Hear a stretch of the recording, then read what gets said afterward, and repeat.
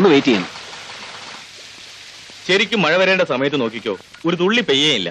മനുഷ്യരുടെ മാത്രമല്ല മാധവേട്ട, പ്രകൃതിയുടെ നിറവ് തെറ്റി. ഇതാ ഓസ്ട്രേലിയൻ ഹൈക്കമ്മീഷണറുടെ ഫംഗ്ഷന്റെ റിപ്പോർട്ടാ. കൂട്ടത്തിലൊരു ഫോട്ടോയും കൂടെ കൊടുത്തേക്കണേ, ഇല്ലെങ്കിൽ ആ ചേംബറുകാർ കിടന്ന് നിലവിളിക്കും. അല്ല മാധവേട്ടൻ എന്താ പതിവില്ലാതെ നൈറ്റ് ഷിഫ്റ്റില്? ഇന്നൊരു ദിവസത്തേക്ക് ചോദിച്ചു വാങ്ങിയതാടോ. രാത്രി വേലിൽ കണ്ണൂർ പോകണം. അത്ലറ്റിക് മീറ്റ് കവർ ചെയ്യാനുള്ളതല്ലേ. ഇവിടുന്ന് ഷിഫ്റ്റ് കഴിഞ്ഞിറങ്ങുമ്പോൾ ട്രെയിൻ കറക്റ്റ് ആയിരിക്കും. കായികോത്സവത്തിന് പറ്റിയ കാലാവസ്ഥ തന്നെ. ചെല്ല്. അനന്തുവിന്റെ മുഖം എന്താ വല്ലാതെ? ഏയ് ഒന്നുമില്ല, പുറത്ത് ഓട്ടോ വെയിറ്റ് ചെയ്യുന്നു. വരട്ടെ.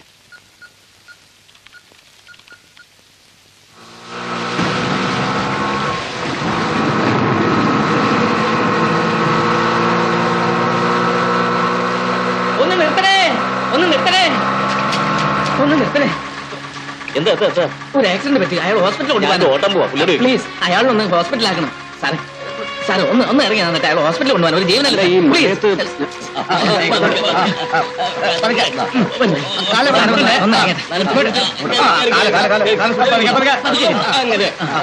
നിങ്ങളാരും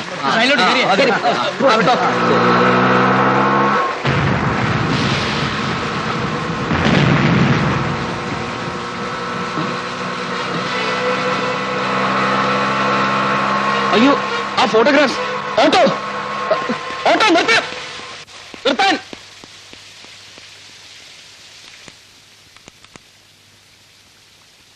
പോലീസ് കൺട്രോൾ റൂം, ഞാൻ കേരളഭൂമി റിപ്പോർട്ടറാ. എന്റെ കുറച്ച് ഇമ്പോർട്ടന്റ് ഡോക്യുമെന്റ്സ് ഒരു ഓട്ടോറിക്ഷയിൽ വെച്ച് മിസ്സായി. അത് ജനറൽ ഹോസ്പിറ്റലിലേക്കാണ് പോയത്. നമ്പർ നോക്കാൻ വിട്ടുപോയി. സോറി.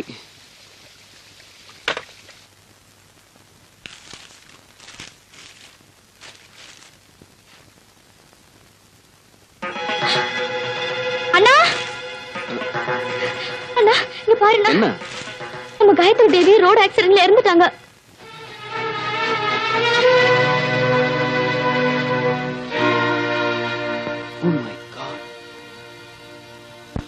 ഹലോ, മെഡിക്കൽ കോളേജ് അല്ലേ? ഇത് എറണാകുളത്ത് കേരള ഭൂമിയിൽ നിന്നാണ്. ആ, പത്മശ്രീ ഗായത്രി ദേവിയുടെ ഡെഡ് ബോഡി ഇന്നലെ അവിടെ കൊണ്ടുവന്നിരുന്നില്ലേ? രാത്രി തന്നെ പോസ്റ്റ്മോർട്ടം കഴിഞ്ഞ് നേരെ തിരുവനന്തപുരം എയർപോർട്ടിലേക്ക് കൊണ്ടുപോയി. രാത്രി തന്നെ? പത്മശ്രീ ഡോക്ടർ ഗായത്രി ദേവിയുടെ മൃതദേഹം ബോംബെയിൽ ഷൺമുഖാനന്ദ ഹാളിൽ 1 മണിക്കൂർ പൊതുദർശനത്തിന് വയ്ക്കുകയുണ്ടായി. സംസ്ഥാന ഗവൺമെന്റിന് വേണ്ടി ആഭ്യന്തരമന്ത്രി വലപ്പാട് ബാലകൃഷ്ണൻ മൃതദേഹത്തിൽ റീത്ത് സമർപ്പിച്ചു. നൃത്തകലയ്ക്ക് വേണ്ടി ഒഴിഞ്ഞുവെച്ച ഒരു ജീവിതമായിരുന്നു ശ്രീമതി ഗായത്രി ദേവിയുടേതെന്നും അവരുടെ നിര്യാണത്തിലൂടെ ഇന്ത്യക്ക് മഹതിയായ ഒരു മരിച്ചതൊരു VIP ആണെങ്കിൽ സന്ദർഭത്തിന്റെ ആവശ്യമനുസരിച്ച് ഏത് സമയത്തും പോസ്റ്റ്മോർട്ടം നടത്താം. ഫോർ എക്സാമ്പിൾ, രാജീവ് ഗാന്ധി കൊല്ലപ്പെട്ടപ്പോൾ വിതിൻ 1 hour പോസ്റ്റ്മോർട്ടം നടത്തി ബോഡി ഡൽഹിക്ക് കൊണ്ടുപോയില്ലേ?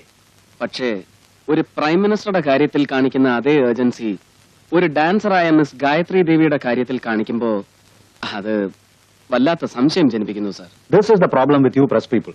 എന്ത് കണ്ടാലും അതിന്റെ ആവശ്യമില്ലാത്ത കുനിഷ്ഠവശം മാത്രം ആലോചിക്കും. Sorry sir, sorry for bothering you and thanks.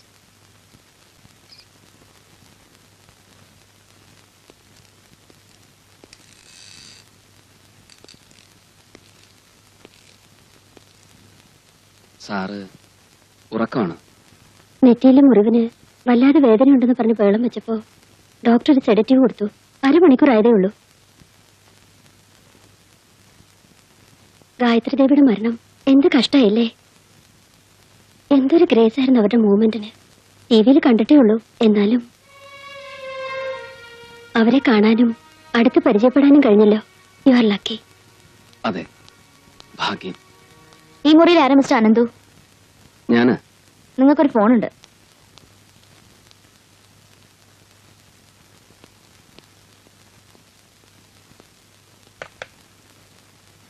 Yes, Ananthu here. അങ്ങോട്ട് പറയുന്നത് മാത്രം കേൾക്കുക, ഇങ്ങോട്ടൊന്നും പറയണമെന്നില്ല. നിങ്ങൾ ആരാ? ഇന്നലെ സന്ധ്യയ്ക്ക് നിങ്ങൾ ഗായത്രി ദേവിയെ കണ്ടിരുന്നു. അവൾ നിങ്ങളോട് കുറെ രഹസ്യങ്ങൾ വെളിപ്പെടുത്തി ചില ഫോട്ടോഗ്രാഫ്സ് തന്നു. അത് കഴിഞ്ഞ് 1 മണിക്കൂറിനുള്ളിൽ ഗായത്രി ദേവി മരണമടഞ്ഞു. വെൽ മിസ്റ്റർ അനന്തു, നിങ്ങളുടെ ഊഹം ശരിയാണ്. അതൊരു ആക്സിഡന്റ് അല്ലായിരുന്നു. ഗായത്രി കൊല്ലപ്പെട്ടത് തന്നെയാണ്. നിങ്ങൾ ആരാണ്? റാംജി? ആ പേരിലാണ് അവൾ എന്നെ പരിചയപ്പെടുത്തിയതെങ്കിൽ സോബിയറ്റ്. ഗായത്രിയുടെ മുറിയിൽ നിന്ന് ഇറങ്ങി വന്ന ശേഷം നിങ്ങളുടെ ഓരോ ചലനവും ഞാൻ അറിയുന്നുണ്ട്. നിങ്ങൾക്ക് എന്താ വേണ്ടത്? Yes, let us come to the point. ആ ഫോട്ടോഗ്രാഫ്സ് എനിക്ക് തിരിച്ചു തരിക. അതിനാ photographs? Cut the bullshit mister Anandu. പത്രക്കാരന്റെ ഭാവനയും ബുദ്ധിയും എന്റെ അടുത്ത് വേണ്ട. ഹലോ,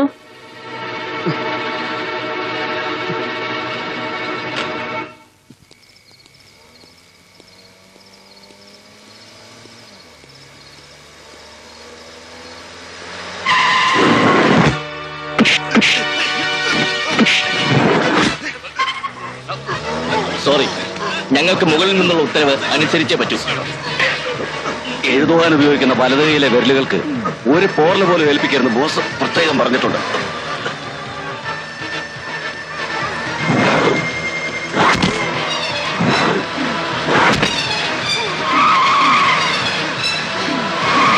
ഇതൊരു സാമ്പിൾ ഡോസ് മാത്രമാണ്.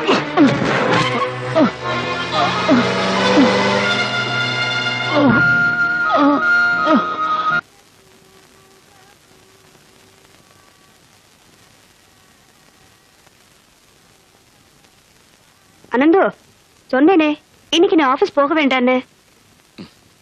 உடம்பு சுடுதுமா? சூடு கீடு ஒண்ணும் இல்ல. மூர்த்தி சார் லீவ் ஆக்கும், நிறைய வேலை இருக்குமா. ஏன்டா இப்படி கவனிக்காம காரோட டோர்ல கை வைக்கிற?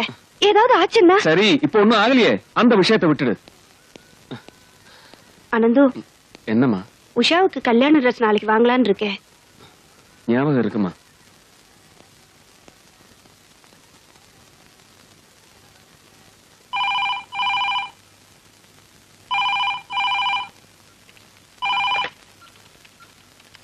Hello, Keralabhoomi news room. Mister Ananthu ഉണ്ടോ?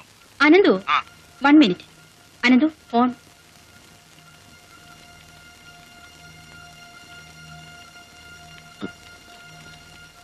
ഹലോ. നമ്മൾ തമ്മിൽ പരിചയമില്ല. എന്റെ പേര് ഫ്രെഡി. കുറച്ചു ദിവസം മുമ്പ് നിങ്ങളുടെ പത്രത്തിൽ ഒരു വസ്തു ഇടപാടിനെ സംബന്ധിച്ച സ്കാൻഡൽ റിപ്പോർട്ട് ചെയ്തിരുന്നില്ലേ? എനിക്ക് അതേക്കുറിച്ച് ചില വിവരങ്ങൾ കൂടുതലായി തരാൻ കഴിയും. ഞാൻ ആദ്യം മിസ്റ്റർ മൂർത്തിയാണ് അന്വേഷിച്ചത്. പിന്നീടാണ് നിങ്ങളായിരുന്നു ആ സ്കൂപ്പിന്റെ പിന്നിലെന്ന് അറിഞ്ഞത്. പറയൂ. ഫോണിലൂടെ പറയാവുന്ന കാര്യങ്ങളല്ലല്ലോ. ഞാനിവിടെ കൊച്ചിൻ ടവറിൽ 612 നമ്പർ റൂമിൽ നിന്നാണ്. നമ്മൾ തമ്മിൽ കുറച്ചു നേരം ഇരുന്നാൽ perhaps it can lead you to a bigger scope. Can you come down? എപ്പോ? Right now. എനിക്ക് ഉച്ചയ്ക്കുള്ള ഫ്ലൈറ്റിൽ മടങ്ങണം. ഞാനിതാ വരുന്നു.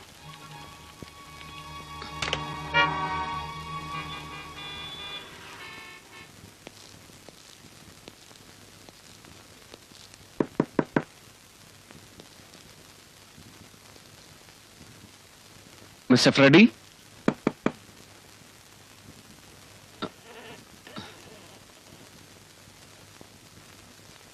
Freddy, Freddy,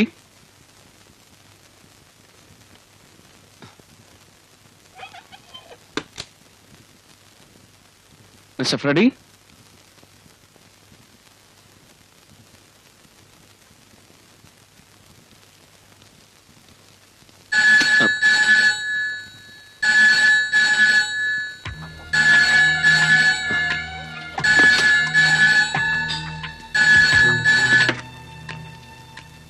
hello.